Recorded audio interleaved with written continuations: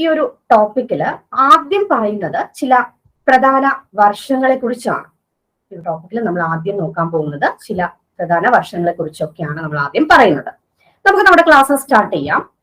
ലോകാരോഗ്യ സംഘടന നിലവിൽ വന്ന വർഷം 1948 ഏപ്രിൽ 7.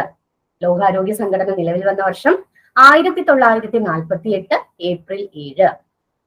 ലോകാരോഗ്യ സംഘടനയുടെ ആസ്ഥാനം ജനീവയാണ്. ലോകാരോഗ്യ സംഘടനയുടെ ആസ്ഥാനം ജനീവ. ലോകാരോഗ്യ ദിനമായി ആചരിക്കുന്നത് ഏപ്രിൽ 7 ആണ്. ലോകാരോഗ്യ ദിനമായി ആചരിക്കുന്നത് ഏപ്രിൽ 7.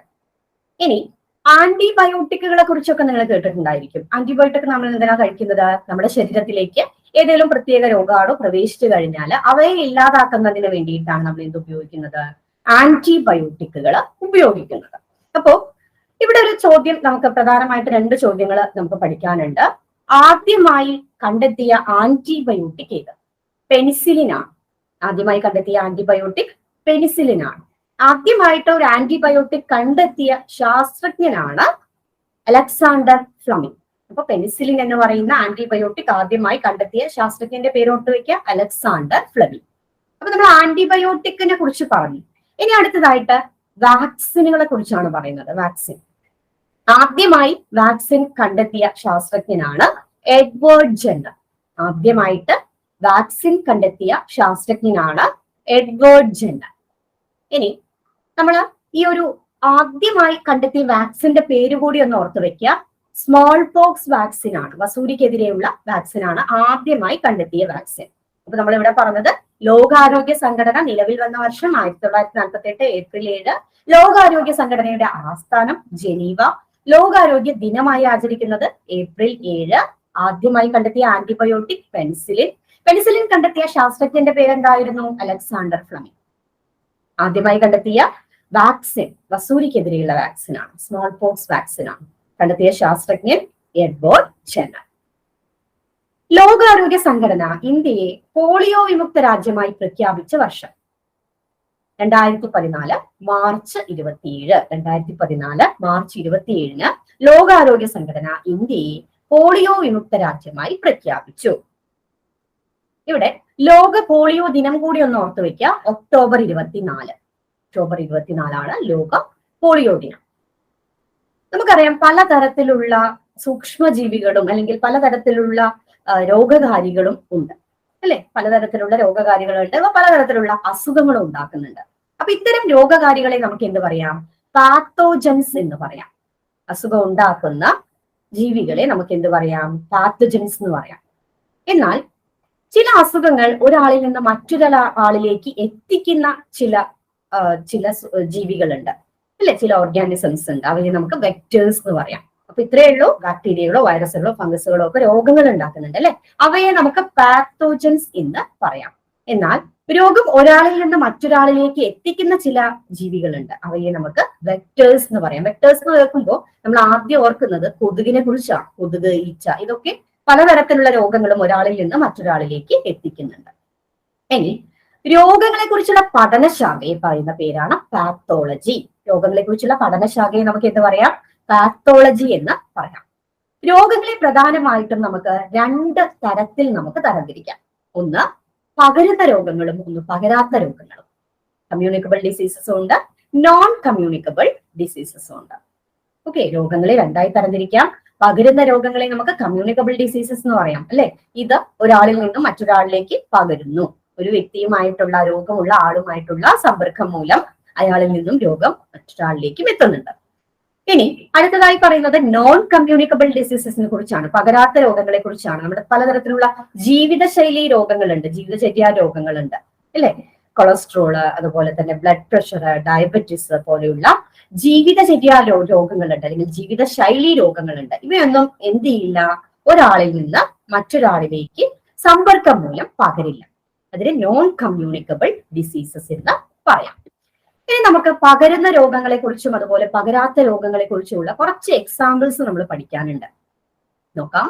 വൈറസ് രോഗങ്ങള്, ബാക്ടീരിയ രോഗങ്ങള്, ഫംഗസ് രോഗങ്ങള്, പ്രോട്ടോസോവ രോഗങ്ങള്, ഈ കമ്മ്യൂണിക്കബിൾ ഡിസീസസിലാണ് ഇതെല്ലാം വരുന്നത്. അതായത് പകരുന്ന രോഗങ്ങളാണ്. ഒരാൾക്ക് ഈ ഒരു അസുഖം ഉണ്ടായാൽ ആ ആളുമായിട്ടുള്ള സമ്പർക്കം മൂലം ആ വ്യക്തിയിൽ നിന്നും രോഗം മറ്റൊരാളിലേക്കും എത്തുന്നുണ്ട്.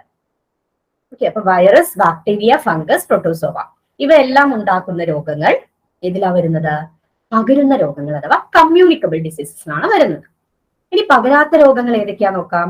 ജീവിതചര്യാ രോഗങ്ങൾ, അപര്യാപ്തത രോഗങ്ങൾ, പാരമ്പര്യ രോഗങ്ങൾ, തൊഴിൽജന്യ രോഗങ്ങൾ. ജീവിതചര്യാ രോഗങ്ങൾ എന്ന് പറയുമ്പോൾ നമുക്കറിയാം ലൈഫ് സ്റ്റൈൽ ഡിസീസസ് ആണ്. കൊളസ്ട്രോള്, ബ്ലഡ് പ്രഷർ, ഡയബറ്റീസ് പോലെയുള്ള ജീവിതചര്യാ രോഗങ്ങൾ. ഇത് ഒരാളിൽ നിന്ന് മറ്റൊരാളിലേക്ക് പകരില്ല, അല്ലെ? നമ്മൾ കഴിക്കുന്ന ഭക്ഷണത്തിന്റെയും നമ്മുടെ ജീവിതശൈലിയുടെയും ഒക്കെ അടിസ്ഥാനത്തിലാണ് ഇത്തരം രോഗങ്ങൾ ഉണ്ടാവുന്നത്. ഇനി രണ്ടാമതായി ഇവിടെ കൊടുത്തിട്ടുള്ളത് അപര്യാപ്തത രോഗങ്ങളാണ്, ഡെഫിഷ്യൻസി ഡിസീസസ് എന്ന് പറയാം. എന്താ ഡെഫിഷ്യൻസി ഡിസീസസ് എന്ന് പറയുന്നത്? നമ്മുടെ ശരീരത്തിന് ആവശ്യമായിട്ടുള്ള വിറ്റാമിനുകളും മിനറൽസും പ്രോട്ടീൻസും എല്ലാം കുറയുമ്പോൾ നമുക്ക് ചില രോഗാവസ്ഥകൾ ഉണ്ടാവാറുണ്ട്.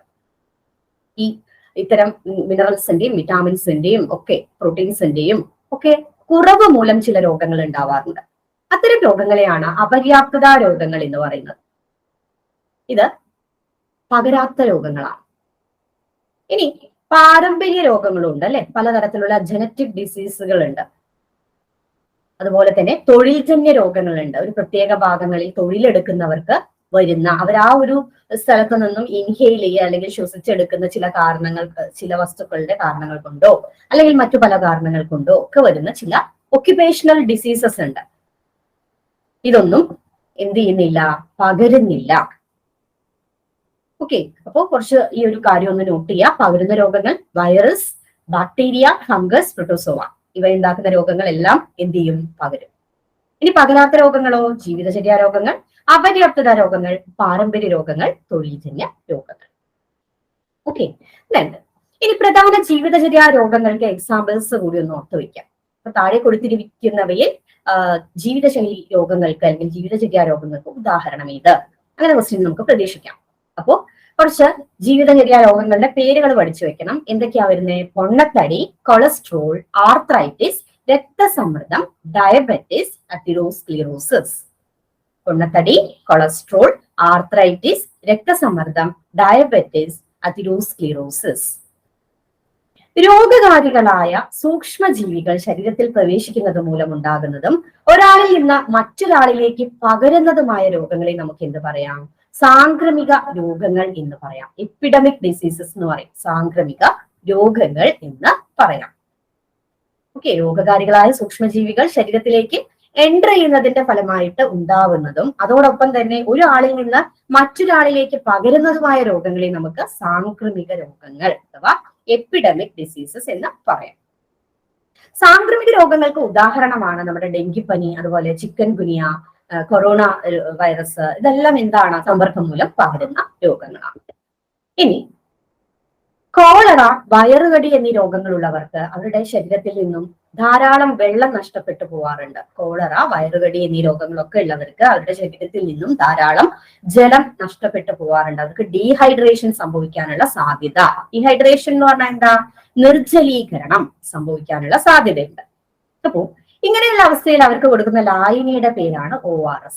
എല്ലാവർക്കും അറിയുന്ന കാര്യമാണ്, അല്ലെ? അപ്പൊ ഈ ഒരു ORSന്റെ എക്സ്പാൻഷൻ ഒന്ന് പഠിച്ചു വെക്കുക. Oral rehydration salt. Oral rehydration salt.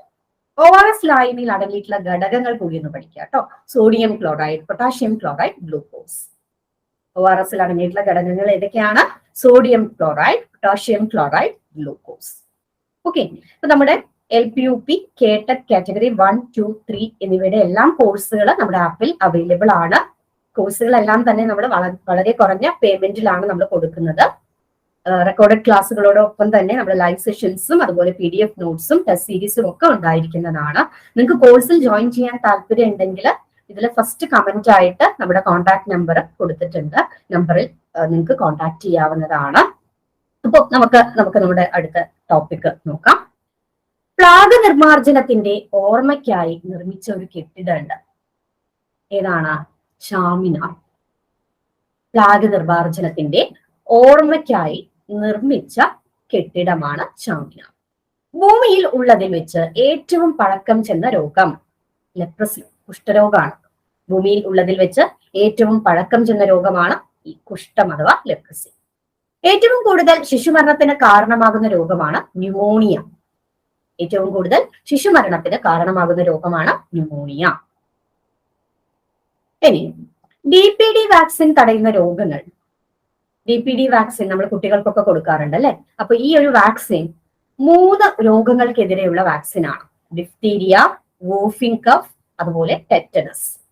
Diphtheria, whooping cough എന്ന് പറഞ്ഞാൽ എന്താ? വില്ലൻ ചുമയാണ്.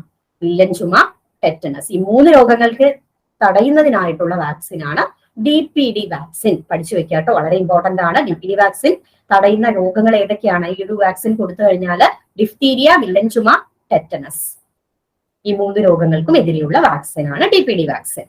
ഓക്കെ, ദെൻ ടൈഫസ് രോഗത്തിന് കാരണം പേനാണ്. ഇന്ത്യയിൽ പാസ്ചർ ഇൻസ്റ്റിറ്റ്യൂട്ട് സ്ഥിതി ചെയ്യുന്നത് കൂനൂരാണ്, തമിഴ്നാട് കൂനൂരിലാണ്. NEERI national environment engineering research institute നാഗ്പൂരിലാണ് സ്ഥിതി ചെയ്യുന്നത്. NEERI സ്ഥിതി ചെയ്യുന്നത് എവിടെയാണ്? നാഗ്പൂരിലാണ്. Central food technological research institute സ്ഥിതി ചെയ്യുന്നത് മൈസൂരിലാണ്, കർണാടകയിലെ മൈസൂരിലാണ്. നാഷണൽ ഇൻസ്റ്റിറ്റ്യൂട്ട് ഓഫ് ന്യൂട്രീഷൻ സ്ഥിതി ചെയ്യുന്നത് ഹൈദരാബാദിലാണ്. പെനിസിലിൻ നിർമ്മാണ കേന്ദ്രം പിംപ്രി, മഹാരാഷ്ട്രയിലെ പിംപ്രി. ഓക്കെ, പെനിസിലിൻ നിർമ്മാണ കേന്ദ്രം പിംപ്രിയാണ്. നമ്മൾ നേരത്തെ പറഞ്ഞു അല്ലെ, പെനിസിലിൻ ആണ് ആദ്യത്തെ ആന്റിബയോട്ടിക് എന്ന് നമ്മൾ പറഞ്ഞു അല്ലെ. അപ്പോ ഈ ഒരു ആദ്യത്തെ ആന്റിബയോട്ടിക് ആയിട്ടുള്ള പെനിസിലിൻ കണ്ടെത്തിയ ശാസ്ത്രജ്ഞന്റെ പേര് മറന്നു പോരുത് കേട്ടോ, ഓർത്തു വയ്ക്കുക. അലക്സാണ്ടർ ഫ്ലെമിംഗ് ആണ്. അപ്പൊ ഇത് നിർമ്മിച്ചെടുക്കുന്നത് എവിടെയാണ്? മഹാരാഷ്ട്രയിലെ പിംപ്രിയിലാണ്. സൂക്ഷ്മജീവികൾക്ക് ഉദാഹരണങ്ങളാണ് വൈറസ്, ഫംഗസ്, ബാക്ടീരിയ ഒക്കെ. ഓക്കെ, അതിൽ ഫംഗസ് ഒരു എക്സെപ്ഷണൽ കേസ് ആണ്, നമുക്കറിയാം. ഫംഗസില് സൂക്ഷ്മജീവി അല്ലാത്ത ഫംഗസുകളും വരുന്നുണ്ട് അല്ലെ. കൂണൊക്കെ ഈ ഫംഗസിലാണ് വരുന്നത്. അത് സൂക്ഷ്മജീവി ആയിട്ടല്ല വരുന്നത് അല്ലെ, ബഹുകോശജീവിയാണ്. അതൊന്ന് നോട്ട് ചെയ്യാം. ലോകത്തിലെ ആദ്യ മലമ്പനി പ്രതിരോധ വാക്സിനാണ് RTS. Okay, RTS. റോട്ട വാക്സിനേഷൻ തുടങ്ങിയ ആദ്യ ഇന്ത്യൻ സംസ്ഥാനമാണ് ഹിമാചൽ പ്രദേശ്. റോട്ട വാക്സിനേഷൻ സ്റ്റാർട്ട് ചെയ്ത ആദ്യ ഇന്ത്യൻ സംസ്ഥാനമാണ് ഹിമാചൽ പ്രദേശ്. ഡെങ്കിപ്പനി പ്രതിരോധ വാക്സിൻ, ഡെങ്കിപ്പനിയെ പ്രതിരോധിക്കാനുള്ള വാക്സിനാണ് ഡെങ്വാക്സിയ. സിക വൈറസ് മുഖേന മുതിർന്നവരിൽ ഉണ്ടാകുന്ന രോഗമാണ് ഗില്ലൻ ബാരി. ഓക്കെ, ഗില്ലൻ ബാരി സിൻഡ്രോം എന്ന് പറയും. ഒരിക്കൽ കൂടി പറയാം, സിക വൈറസ് മുഖേന മുതിർന്ന ആൾക്കാരിൽ ഉണ്ടാവുന്ന രോഗമാണ് ഗില്ലൻ ബാരി സിൻഡ്രോം. അമ്മയിൽ നിന്നും കുഞ്ഞിലേക്ക് HIV അണുക്കൾ കടക്കുന്നത് പൂർണ്ണമായും തടഞ്ഞ ആദ്യ രാജ്യം ഏതാണ്? ക്യൂബയാണ്. ഓർത്ത് വയ്ക്കുക, നമുക്കറിയാം HIV പ്രത്യേകത എന്താണ്? ഇത് അമ്മയിൽ നിന്നും കുഞ്ഞിലേക്ക് പകരും അല്ലെ. അമ്മയിൽ നിന്ന് കുഞ്ഞിലേക്ക് പകരും. ഗർഭസ്ഥ ശിശുവിനും ഈ ഒരു അസുഖം, HIV എന്നുള്ള അസുഖം അമ്മയ്ക്കുണ്ടെങ്കിൽ അത് കുഞ്ഞിലേക്കും എത്തും. അപ്പൊ ഇത് തടഞ്ഞ ആദ്യ രാജ്യം എന്ന് പറയുന്നത് ക്യൂബയാണ്. അമ്മയിൽ നിന്ന് കുഞ്ഞിലേക്ക് HIV അണുക്കൾ കടക്കുന്നത് പൂർണ്ണമായും തടഞ്ഞ ആദ്യ ഏഷ്യൻ രാജ്യമാണ് തായ്ലൻഡ്. ഓക്കെ, അപ്പൊ ക്വസ്റ്റ്യൻ ശ്രദ്ധിച്ച് തന്നെ ആൻസർ ചെയ്യാം. അതായത് അമ്മയിൽ നിന്ന് കുഞ്ഞിലേക്ക് HIV അണുക്കൾ കടക്കുന്നത് പൂർണ്ണമായും തടഞ്ഞ ആദ്യ രാജ്യം ക്യൂബയാണ്. എന്നാൽ അമ്മയിൽ നിന്നും കുഞ്ഞിലേക്ക് HIV അണുക്കൾ കടക്കുന്നത് പൂർണ്ണമായും തടഞ്ഞ ആദ്യ ഏഷ്യൻ രാജ്യം തായ്ലൻഡ് ആണ്. 5 വയസ്സുള്ള കുട്ടികൾക്ക് നൽകുന്ന കുത്തിവയ്പ് DPT, diphtheria, pertussis, tetanus. Okay, then National AIDS Control Programme ആരംഭിച്ച വർഷം 1987. വർഷം ഓർത്തു വയ്ക്കുക, 1987.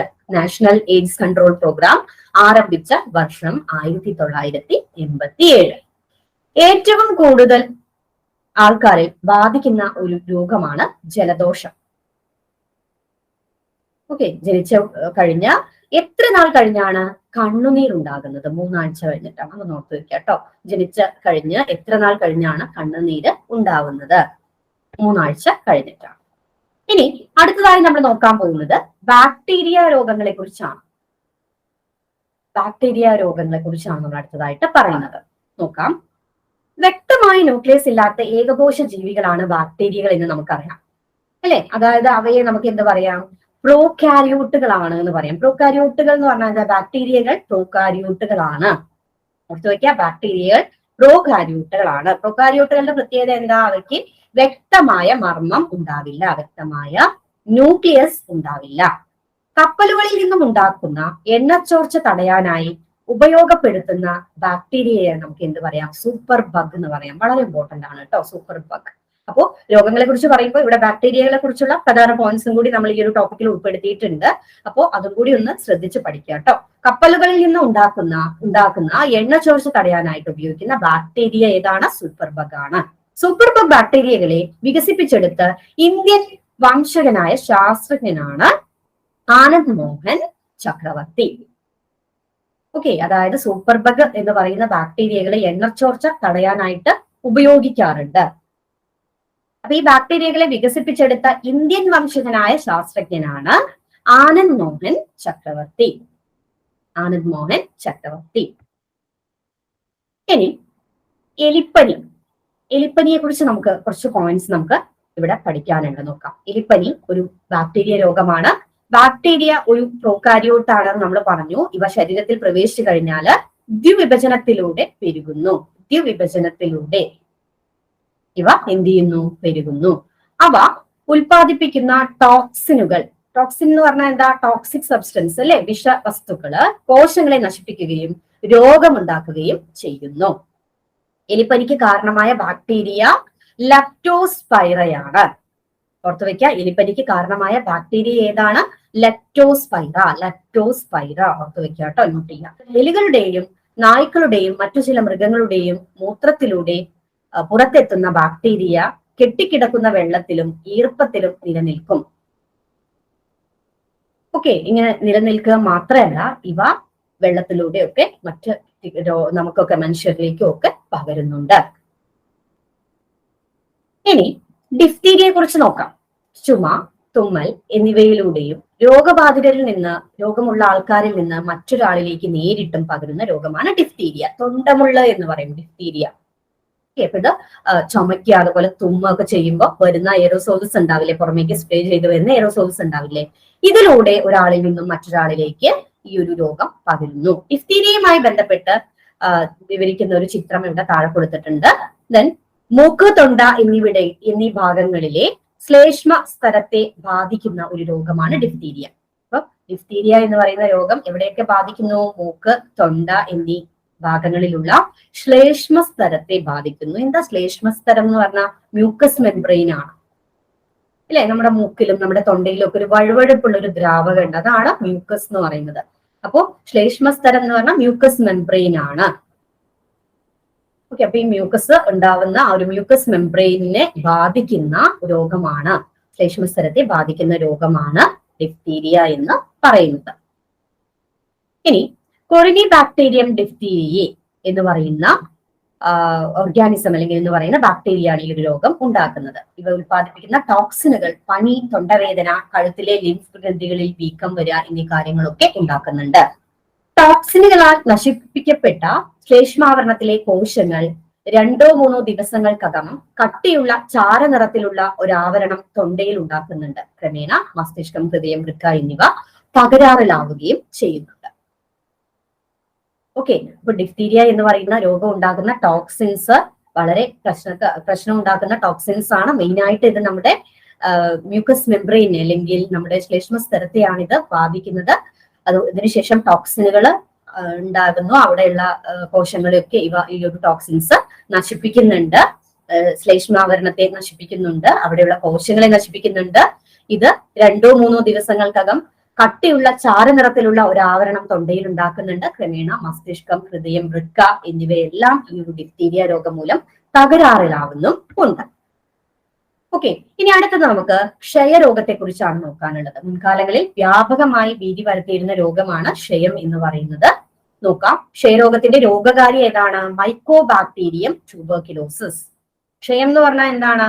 ട്യൂബർക്യുലോസിസ് ആണ് അല്ലെ. അപ്പൊ ഈ രോഗകാരിയുടെ പേര് ഓർത്ത് വയ്ക്കാം, മൈക്കോബാക്ടീരിയം ട്യൂബർക്യുലോസിസ്. മുഖ്യ ലക്ഷണം എന്താണ്? ശരീരത്തിന് ഭാരക്കുറവ് അനുഭവപ്പെടുക, ക്ഷീണം, അതുപോലെ തുടർച്ചയായിട്ടുള്ള ചുമ ട്യൂബർക്യുലോസിന്റെ പ്രധാന ലക്ഷണമാണ് അല്ലെ. ഇനി രോഗം എങ്ങനെയാ പകരുന്നതെന്ന് നോക്കാം. രോഗി ചുമയ്ക്കുമ്പോഴോ തുമ്മുമ്പോഴോ സംസാരിക്കുമ്പോഴോ രോഗാണുക്കൾ വായുവിലേക്ക് മറ്റുള്ളവരിലേക്കും വ്യാപിക്കുന്നു. അതായത് ഈ അസുഖമുള്ളവര്, ക്ഷയരോഗം ഉള്ളവര് ചുമക്കുക, തുമ്മുക ഒക്കെ ചെയ്യുന്ന സമയത്ത് അവരുടെ എയറോസോൾസ് പുറമേക്ക് സ്പ്രേ ചെയ്യും അല്ലെ. അപ്പൊ അത് മറ്റ് ഒരാളിലേക്ക് എത്തുമ്പോൾ അവർക്കും ആ ഒരു രോഗം ഉണ്ടാവുന്നു. ഇനി ക്ഷയരോഗം ബാധിക്കുന്ന അവയവങ്ങൾ ഏതൊക്കെയാന്ന് നോക്കാം. ശ്വാസകോശത്തെയാണ് മുഖ്യമായിട്ടും ക്ഷയരോഗം ബാധിക്കുന്നത്. ശ്വാസകോശത്തെയാണ് ബാധിക്കുന്നത്. എന്നാൽ വൃക്കകൾ, അസ്ഥികൾ, അസ്ഥിസന്ധികൾ, തലച്ചോറ് എന്നിവയെ കൂടി ഈ ഒരു രോഗം ബാധിക്കാറുണ്ട്. അപ്പോൾ നമ്മുടെ ക്ഷയരോഗം എന്ന് പറയുന്നത് നമുക്കറിയാം ശ്വാസകോശത്തെയാണ് പ്രധാനമായിട്ടും ബാധിക്കുന്നത്. തുടർച്ചയായിട്ടുള്ള ചുമ ഇതിന്റെ ഒരു ലക്ഷണമാണെന്ന് നമ്മൾ പറഞ്ഞു അല്ലെ. അപ്പോൾ ശ്വാസകോശത്തെ മാത്രമല്ല ക്ഷയരോഗം ബാധിക്കുന്നത്, നമ്മുടെ വൃക്ക, അസ്ഥിസന്ധി, തലച്ചോറ് എന്നീ ഭാഗങ്ങളെയൊക്കെ ഈ ഒരു ക്ഷയരോഗം ബാധിക്കുന്നുണ്ട്. ഒരു രോഗമുണ്ടാക്കുന്ന ബാക്ടീരിയയുടെ പേര് മറന്നുപോകാതെ പഠിക്കാം, മൈക്കോബാക്ടീരിയം ട്യൂബർകുലോസിസ്. ഇനി ഇതിനുള്ള ചികിത്സ, ആന്റിബയോട്ടിക്കുകൾ ഉപയോഗിക്കുക എന്നുള്ളതാണ് ഇതിനുള്ള ചികിത്സ. ക്ഷയരോഗത്തെ തടയുന്നതിന് ഉപയോഗിക്കുന്ന പ്രതിരോധ വാക്സിനാണ് BCG. BCG വാക്സിനാണ് ക്ഷയരോഗത്തെ തടയാനായിട്ടുള്ള വാക്സിൻ എന്ന് പറയുന്നത്. ഇതിന്റെ ചികിത്സാ രീതി എന്ന് പറയുന്നത് ആന്റിബയോട്ടിക്കുകൾ ഉപയോഗിക്കുക എന്നുള്ളതാണ് ക്ഷയരോഗത്തിന് നമുക്ക് ചെയ്യാനുള്ളത്, ട്രീറ്റ്മെന്റിൽ ചെയ്യാനുള്ളത്. ഓക്കെ, അപ്പൊ ഇവിടെ ബാക്ടീരിയ മൂലം ഉണ്ടാക്കുന്ന രോഗങ്ങളെ കുറിച്ച് ഇവിടെ കൊടുത്തിട്ടുണ്ട്. Pneumonia, pertussis, plague, tuberculosis, typhoid, tetanus, leprosy, diphtheria, cholera, botulism, rat fever, gonorrhoea, anthrax, syphilis, ഇതൊക്കെ ബാക്ടീരിയകൾ ഉണ്ടാക്കുന്ന രോഗങ്ങളാണ്. അപ്പൊ അതൊരു ജസ്റ്റ് ഒരു കോഡ് വെച്ചിട്ടും അവിടെ എഴുതിയിട്ടുണ്ട് മുകളിൽ. PPP, TTT, LDC, beer gas. Okay, PPP, TTT, LDC, beer gas. അപ്പൊ ഇതിൽ ഓരോ ലെറ്റേഴ്സും വെച്ചിട്ട് ഈ ഒരു ഓർഡറിൽ തന്നെ കറക്റ്റ് പഠിച്ചു പോവുക. കാരണം താഴെ കൊടുത്തിരിക്കുന്നവയിൽ ബാക്ടീരിയ മൂലം ഉണ്ടാക്കുന്ന രോഗം ഇത്, ആ ഒരു രീതിയിൽ ചോദ്യം ചോദിക്കാം. ഓക്കെ, കറക്റ്റ് ആയിട്ട് പഠിക്കാം. നമ്മൾ ഈ രോഗങ്ങളുടെ പേരുകളൊക്കെ നമ്മൾ ഓൾറെഡി പറഞ്ഞു കഴിഞ്ഞതാണ്. ഇനി ബാക്കി ഭാഗം നമുക്ക് അടുത്ത ക്ലാസ്സിൽ ഡിസ്കസ് ചെയ്യാം. ഇന്നത്തെ ഈ ഒരു വീഡിയോ ക്ലാസ് ഇവിടെ വൈൻഡ് അപ്പ് ചെയ്യുന്നു. Thank you.